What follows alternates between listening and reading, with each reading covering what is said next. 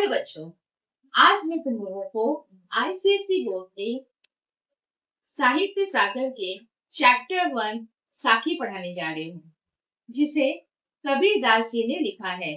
तो आइए उसको शुरू करते हैं।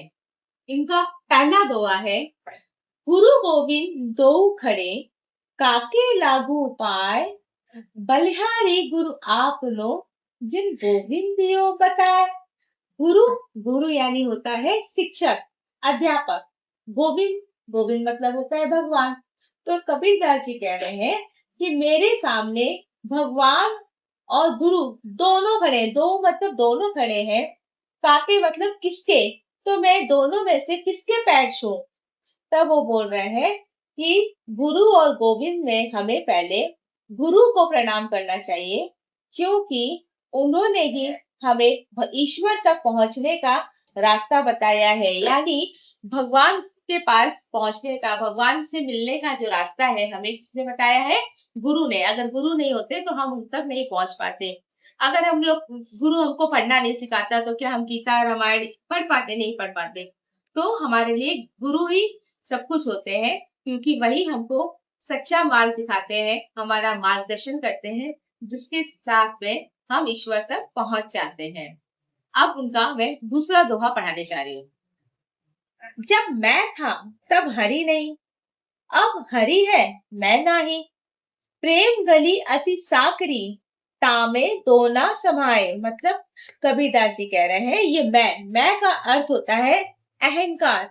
तो बोल रहे हैं कि मेरे हृदय में जब मैं था यानी अहंकार था, तब मेरे हृदय में हरि का वास नहीं था। हरि मतलब होता है भगवान। और मतलब कहना चाहते हैं कि जब हमारे हृदय में अगर अहंकार रहेगा किसी भी चीज का, तो भगवान हमारे हृदय में नहीं रह सकते। और अब हमारे मेरे हृदय में हरि है, मतलब भगवान का वास है। तो अब मैं नहीं है, मतलब अहंकार अब हमारे हृदय में नहीं है। वही बोल रहे हैं कि प्रेम की गली जो है अति साकरी, साकरी मतलब प्रेम की गली बहुत तंग है।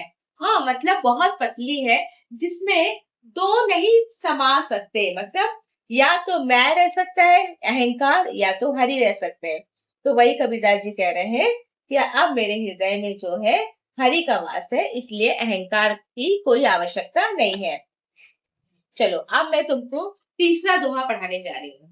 तीसरा दोहा है, काकर पाथर जोड़ के मस्जिद लाई बनाए, ताचड़ी मुल्ला बाग दे, क्या बहरा हुआ खुदा है। यहाँ पर कबीरदास जी जो है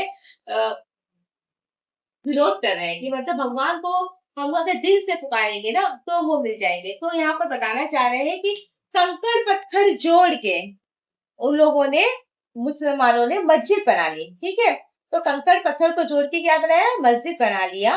और उसपे मुल्ला बाग दे, मतलब मौलवी जो अजान देते हैं, बोल रहे हैं कि उसके ऊपर से मुल्ला जो है यानी मौलवी अजान देता है। तो कहना चाहते हैं क्या खुदा, खुदा यानी भगवान क्या बहरा हो गया है, उसको सुनाई नहीं देता है? तो मतलब बोलते हैं कि ये सब करने की क्या जरूरत है। अगर हम दिल से भी भगवान को याद करेंगे, मन से प्रार्थना करेंगे, तो हमको ईश्वर की प्राप्ति होगी। हमको ये सब करने की कोई आवश्यकता नहीं है। पाहन पूजे हरि मिले, तो मैं पूजू पहाड़, ताते ये चाकी भली, पीस खाए संसार। इस पंक्तियों में कबीरदास जी कह रहे हैं कि पाहन यानी पत्थर, पत्थर पूजने से यानी पत्थर की पूजा करने से हमको हरि, हरि यानी भगवान मिल जाता, तो मैं पूरे पहाड़ की पूजा करूं। पहाड़, पहाड़ मतलब पहाड़, हाँ, माउंटेन, पूरे पहाड़ की पूजा करूं। तो बोलना चाह रहे हैं कि यहाँ पर वो हिंदुओं की पूजा, मूर्ति पूजा का के ऊपर आडंबर कर रहे हैं, व्यंग कस रहे हैं। वो बोल रहे हैं कि अगर मूर्ति, पत्थर पूजने से अगर मुझे भगवान मिल जाते तो मैं पूरे ही पहाड़ की पूजा करती हूँ। बोले उससे अच्छा तो ये चाकी भली है। चाकी मतलब होता है चक्की, जिसमें पहले के जमाने में पत्थर की बनी होती थी, उसमें लोग आटा पीसते थे। तो उस चाकी को ही चक्की बोलते हैं। तो वही कबीरदास जी बोलना चाह रहे हैं कि उससे भली तो ये चक्की है, क्योंकि इसमें पिसा हुआ अनाज को खाकर लोगों का जो है, संसार के लोगों का पेट भरता है। ठीक है, अच्छा नेक्स्ट हुआ, सब धरती कागज करो, लेखनी सब बन राय, सात समझ की मसी करो, गुरुगुण लिखा ना जाए। इन पंक्तियों में जो है कबीरदास जी कहना चाहते हैं कि गुरु यानी ईश्वर, ईश्वर का जो है गुण गुण जो है बहुत अनंत है, मतलब गिनती नहीं की जा सकती, इतने उनके अंदर गुण है। अगर हम लोग सब धरती धरती यानी पृथ्वी को हम लोग कागज, कागज का मतलब होता है कागज बना ले, कागज बना ले, और वन राय मतलब होता है जंगल की लकड़ी, बोले जंगल की लकड़ी का अगर हम लोग लेखनी बना ले, लेखनी यानी कलम, कलम बना ले, और सात समुद्र मतलब होता है समुंदर, बोले सात समुंदर की के पानी को मसी, मसी यानी होता है स्याही, इंक, इंक बना ले, तब भी ईश्वर के गुण इतने हैं कि हम उनका लिख नहीं सकते, उनके गुण अनंत है, उनके गुणों का बखान करना असंभव है। अच्छा बच्चों, मैं समझती हूँ कि तुमको ये कविता कबीरदास जी के दोहे समझ में आ गए होंगे। अगर ये आपको अच्छे लगे हो तो आप मेरे चैनल को लाइक, शेयर और सब्सक्राइब करें, और अपने बेल आइकन को ऑन करके रखें, ताकि मैं कोई भी नया वीडियो डालूं तो आप लोग उसको देख सकें। धन्यवाद।